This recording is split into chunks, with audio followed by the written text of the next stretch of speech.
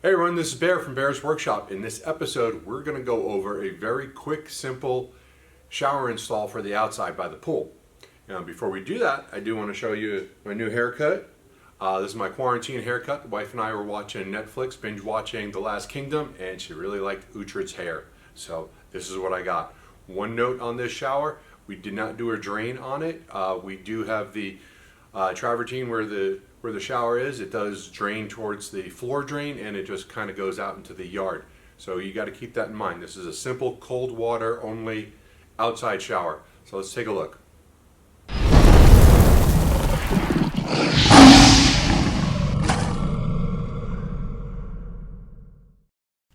So the first thing you're going to want to do is find the location of your shower. That's going to help you determine how many parts you're going to need, how much pipe you're going to need, and whether you're going to need brackets, what kind of brackets, things like that. So in this first picture, you see that we have a blank wall here. This is where we decided that we're going to end up with our shower. In our irrigation box, this is also where our pool cutoff is. We just tapped in right before the valves that are in that box, and then we just simply ran the line to where we wanted to go. In this next picture, you can see this is our stub out. We have a 3/4 inch PVC pipe coming out of the ground. This was done before we put in the travertine. That's probably going to be the trickiest part for you, is getting the water source to where you want to go. But you could use a regular 3/4 inch PVC pipe. You could tap into around your hose bib. You can put it after your hose bib. You can put it before. It just depends on your skills and what you're capable of doing. In this picture, we have the majority of the parts that we use. The only thing you don't see here is the 3/4 inch pipe. So we've got our shower head, $39.95 from Home Depot. We've got a pair of PVC cutters. We have a 3/4 inch ball valve that just turns a quarter of a turn. Very simple. We didn't go with any special handles or anything like that because this is for the outside. It's going to eventually get destroyed. We've got a couple connectors that you can see there. One is a coupling that goes to the two of them are couplings that go into that cutoff valve. We've got a couple brackets to hold the pipe to the wall. We've got a 3/4 inch to 1/2 inch connector for the shower head itself, so that we have something to mount it to, because we have to reduce it down from 3/4 to a 1/2. And you can go with 1/2 inch pipe the entire way if you'd like, but you're still going to need a 90-degree for that turn.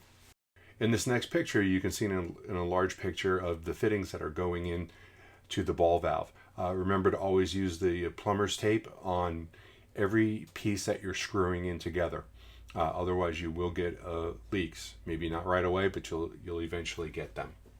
I put these together real quick before I assemble everything else. You want to have these screwed in before you've got it up glued into the wall. If you glue that piece into the next pipe first, it's going to be harder to turn it since it's going to be right up against the wall. In this picture, you can see that I put the 3/4 inch coupling. All this is going to do is bridge the gap between the two pieces of 3/4 inch pipe that I'm putting together. You'll see that I laid down a piece of wood. Just put something down. You will drip glue. This glue always drips. No matter how much I try, I always get some on me. But anyway, put down that piece of wood just so that when it does drip, it would not drip on the travertine. In this picture, you can see that I have the pipe leaning up against the wall. As far as measurements go, this is going to be where I'm going to be connecting the ball valve in. And you put this at whatever height you're comfortable with. This is not something that has to be set to any standard like you're putting for an inside shower. So I just put this at a height that I thought the kids could reach, I could reach. I wouldn't have to bend over, they wouldn't have to reach up too far. And just glued it right into this spot right here. In this next picture, you can see that I did drip glue, just like I said I was going to. So I've got it all set up. My fittings are tight, and I'm going to go ahead and just stack it right on top of that last pipe that I put up. I put another piece of 3/4 inch pipe above the ball valve, setting it to the correct height so that I would be able to walk under it. You have to keep in mind that when you have this elbow right here and then you have the downspout for the shower head, you're going to lose a couple inches. So if you're 6'5" and you set this at 6'5", where that elbow at 6'5", it's going to be too low and you're going to have to duck underneath it. Same thing if you're 6 foot and you put it 6 foot. So you can put this at whatever height you're comfortable with, whatever height works for you and your family. So for me being 6'4", I went up another 3 or 4 inches above this so that when the shower head comes back down, I'm going to fit directly underneath it.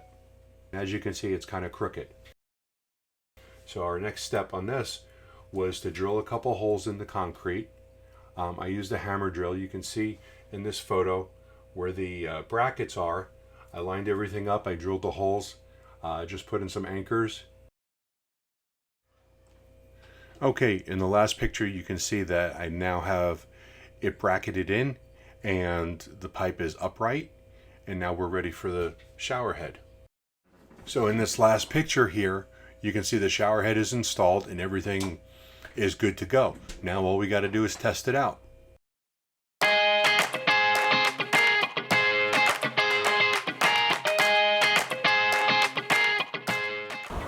Okay, to summarize what we've done here, we had a water line run from our valve box where our irrigation is. You can do that from your hose bib. You just need to bury a PVC pipe, like a 3/4 inch PVC pipe, from your hose bib, from right before your landscaping valves, whatever works for you. So we've got that pipe right here. It comes up through the tile. We've bolted it to the wall with a couple of brackets. We've got one here and one here. We're probably gonna put another one right at the top. We put a 3/4 inch valve right here. It's just a simple quarter turn on off, nothing fancy. You could put fancier things if you want, and this is obviously it's just cold water that's coming through here. And then we put our connectors here, which I showed you in the pictures before. Just put a simple connector from the 3/4 inch down to the 1/2 inch, and with our shower head hanging right here. This was a cheap shower head. Spent $39.95 on it, so it's probably not going to last more than a year with the sun beating down on it, but that's why I got something that was cheap. And as you can see, we have a shower, and we can turn it, and we can have this one. So either one works for us. Nice little shower to get the chlorine off your head, and that's it. Easy squeezy. Less than $100. This was the most expensive, and this was the most expensive. The rest of the stuff, it's just dollars for each one of these parts. Very easy to do. You could I put this together in 15 minutes and hung everything up. If you have any questions, comment below. Hit the like button if you like this video, and go ahead and subscribe so you'll have more videos in the future.